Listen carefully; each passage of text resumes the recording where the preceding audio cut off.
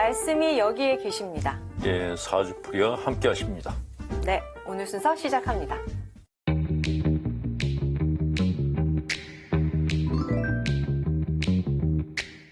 자, 오늘 살펴볼 말씀은 마테오 복음서 18장 1절부터 5절까지의 말씀입니다. 예, 하늘나라에서 가장 큰 사람이라는 제목으로 제자들이 예수님께 다가와서 하늘나라에서 누가 가장 큰 사람이냐라고 물었더니 예수님이 어린아이를 불러서 세우시고 너희가 이 어린이처럼 되지 못하면 하늘나라에 들어가지 못한다라고 얘기했습니다. 어린이를 굉장히 강조하셨어요. 네. 예. 왜 어떤 뜻으로 강조하신 거예요? 어떤 사람이 철딱서니 없이 행동하면 뭐라 그러죠? 애 같다 그러죠. 애 같다 그러죠. 네. 그러니까 그런 어린이 같다라는 건 이제 두 가지 의미가 있어요. 하나는 애들처럼 철딱서니 없이 자기 분별 없이 자기 하고 싶은 대로 다 한다. 그런 의미에서 이제 어린이 같다라는 게 있고 또 하나는 어린이처럼 순수하다. 아이들이 순수한 어른들과 달리 순수하다는 거는 아이들은 무슨 물건을 보고 가격으로 얘기하지 않아요. 그냥 맛있다, 맛없다, 이쁘다 이렇게 표현을 하죠.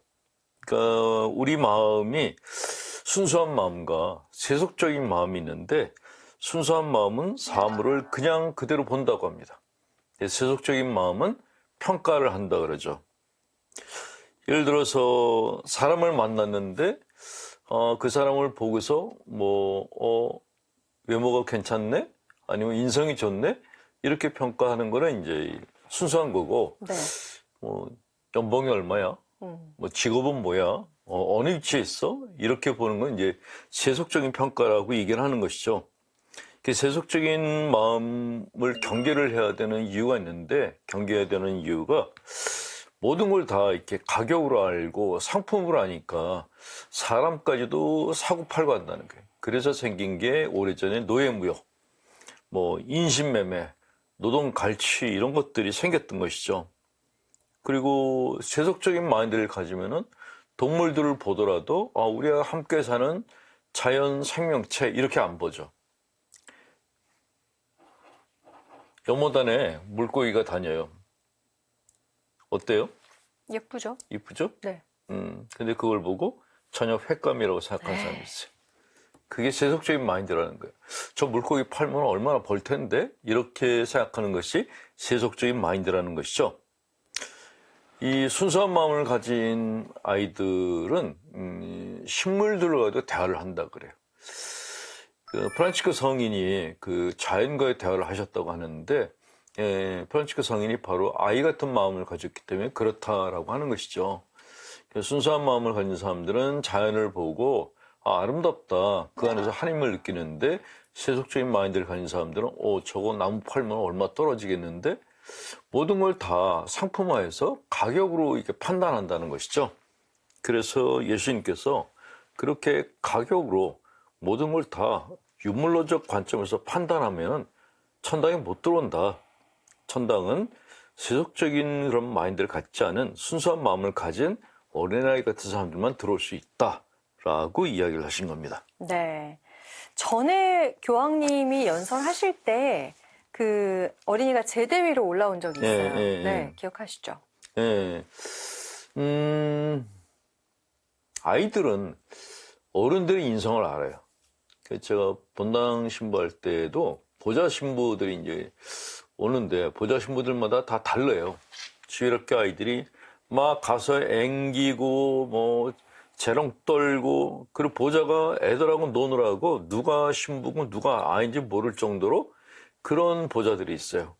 그 친구들은 정말 이렇게 순수한 마음을 가진 친구들인데 어떤 보좌는 애들이 가까이 안 가요.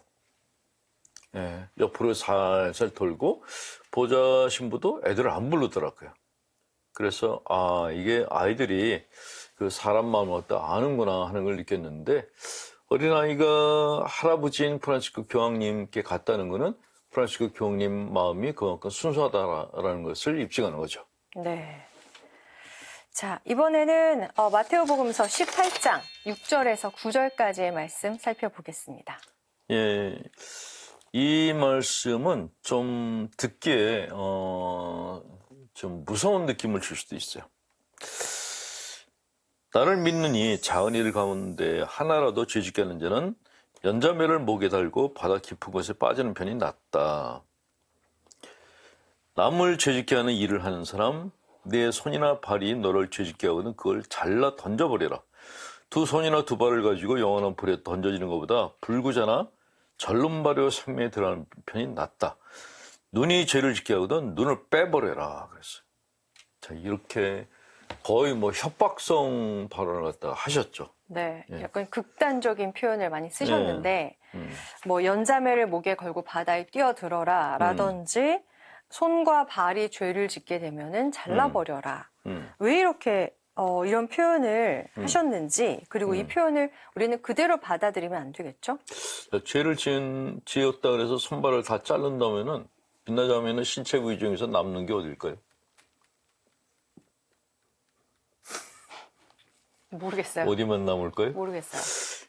일단 눈이 죄를 지은 게 많으니까 눈을 빼버리고, 또 입으로 짓는 죄도 많으니까 입도 봉해버려요. 그리고 손으로 짓는 죄 많으니까 손도 잘라. 그러면 나중에 남은 거 보면 참 희한한 그런 존재만 남겠죠. 뭐 어떤 나라에서는 실제로 도둑질을 하면은 도둑질하는 사람이 손을 잘라버리는 나라도 있다 그래요. 지금도 유대인들 같은 경우에는 그 자기 가문의 여인이 간음을 하면은 그냥 돌로 쳐 죽여버렸죠. 예, 그런 것들이 이제 이렇게 말씀을 갖다가 그냥 액면 그대로 받아들인 그런 경우인데, 사실 예수님이 하신 말씀은 이렇게 과격하게 하신 말씀은 우리가 살면서 생기는 악습들을 끊으려면은 단호해야 된다라는 이야기를 하신 겁니다. 예를 들어서 알코올 중독이나 마약 중독에 걸린 사람들은 그걸 끊으려고 할 때 금단 현상이 생겨요. 네. 이 금단 현상을 견뎌내야지 치유를 할 수가 있다는 것이죠. 근데 알코올이나 마약뿐만이 아니라 죄를 짓는 것도 이게 중독성이 있거든요. 그래서 그걸 단호하게 끊으라는 의미로 얘기하신 것이지 정말 손이나 발을 잘라버리라고 얘기하신 건 아니죠. 손발을 정말 잘라버리면 어떻게 살라는 거예요? 예, 그런데 네. 이 말씀대로 손과 발은 자르지 않지만 자기 자신을 학대하는 자학성 신앙생활을 하는 분들은 의외로 많으세요. 그러니까 손발을 자르진 않는데 굶어요. 단식, 딴 생각했다고. 예전에는 편태라 그래서 자기가 자기 몸을 때리는 그런 고심극기 행위도 있었어요. 그런 것들이 거의 모두 다 자학성 신앙이었거든요. 그러니까 죄를 짓는 근본 원인이 자기 몸이라고 생각했던 거예요.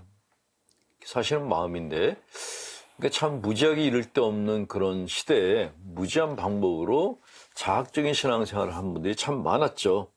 예, 지금도 어떤 가톨릭 국가에서는 사순절만 되면 신자들이 십자가를 등에 메고 자기 몸이 이제 피떡이 되도록 매를 맞으면서 사순절을 지내는 신자들이 있어요. 근데 그게 정말 괜찮은 신심행위일까 하면은 아니라고 생각되는 거예요. 만약에 하나님이 우리 아버지이신데 아버지가 자식들이 아버지한테 죄를 지었다고 자기 몸을 갖다 피멍이 들도록 피투성이가 되도록 자기를 때린다면 그 부모 마음이 편하겠냐고요. 예. 그거는 하나님을 기쁘게 해드리는 것이 아니라 그냥 연출하는 행위에 지나지 않는다라고 보고, 차라리 그런 십자가 퍼포먼스를 하는 것보다 선행을 한번 해라. 차라리 없는 사람들 도와주고 그렇게 할 시간에 힘든 사람들 도와주는 것이 그것이 더 낫지 않냐 하는 생각이 듭니다. 네, 그렇습니다. 자, 오늘 말씀 중에 꼭 기억해야 될 것들 잘 좀 기억해 보시면서요. 시청자 사주풀입니다. 어릴 때부터 알고 지내던 성당 자매가 있습니다. 정도 많고 이야기도 잘 들어주는데 문제는 입이 좀 싸다는 겁니다. 무슨 얘기를 하면 온 동네 사람들에게 얘기를 해서 다들 제 얘기를 하게 만듭니다. 전화도 가끔 하는데 한번 전화를 하면 끊지 않으니 이제 발신 금지까지 해놨습니다. 제 고민을 상대방에게 조심스럽게 얘기하려니 사이가 금이 갈 것 같고 어떻게 하는 게 현명한지 모르겠습니다. 도움 말씀 좀 주세요. 사연을 보내신 자매님도 굉장히 고지식한 것 같다는 생각이 드는데 발신금지까지 해놓고 사이가 금이 갈지 모른다 걱정하는 건 뭐예요? 이미 사이에 금을 가놓고 걱정하는 거는 그거는 좀 아닌 것 같다라는 생각이 드는데 이 아는 자매님이 입이 싸다 그러는데 그거 안 고쳐지거든요. 입이 싼 사람들은 끝까지 입이 싸죠. 근데 입이 싸니까 안 만나겠다 그러는데 사이에 금이 가는 건 또 걱정이 된다? 그 답이 뭐냐? 이런 답은 없죠. 아니 왜냐면 성당 자매니까 안 만날 순 없잖아요. 근데 전화는 받고 싶지 않은 거죠. 그래서 이게 발신금지가 아니라 착신금지를 해놓은 거죠. 착신금지? 네. 네. 그래서 근데 성당에 가면 만날 수밖에 없으니 이걸 어떻게 하면 좋겠냐 물어보시는 것 같아요. 그러니까 이런 경우에 이 사람이 문제가 있어. 그러니까 나는 이 사람을 경계해야 돼. 라고 생각하면 답이 없다는 거예요. 그거보다 사람은 안 변해요. 사람은 안 변하니까 그 사람이 가진 것을 내가 쓰면 된다는 거죠. 입이 싼 사람들은 쓸모가 있어요.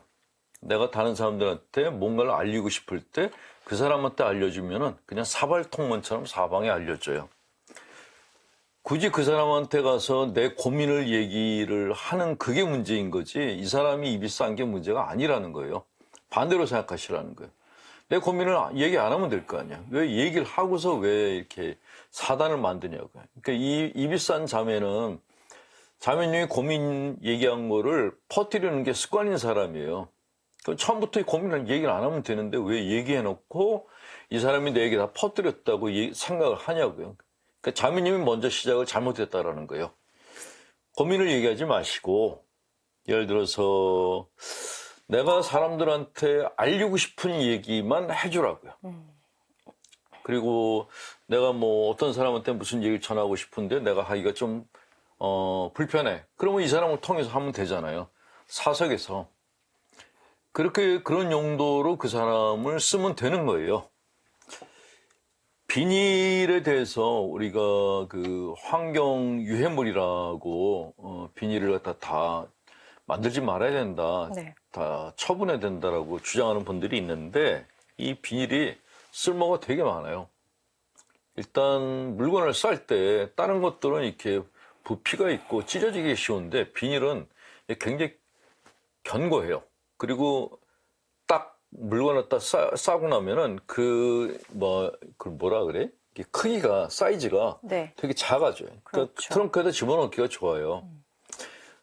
뭐 반찬 같은 거 쌀 때에도 반찬통에다 넣고 비닐을 싸면은 잘 새질 않죠. 그리고 비닐은 탄광에 매몰된 광부들이 체온 유지할 때 비닐을 덮고서 체온 유지하는데 썼다 그래요.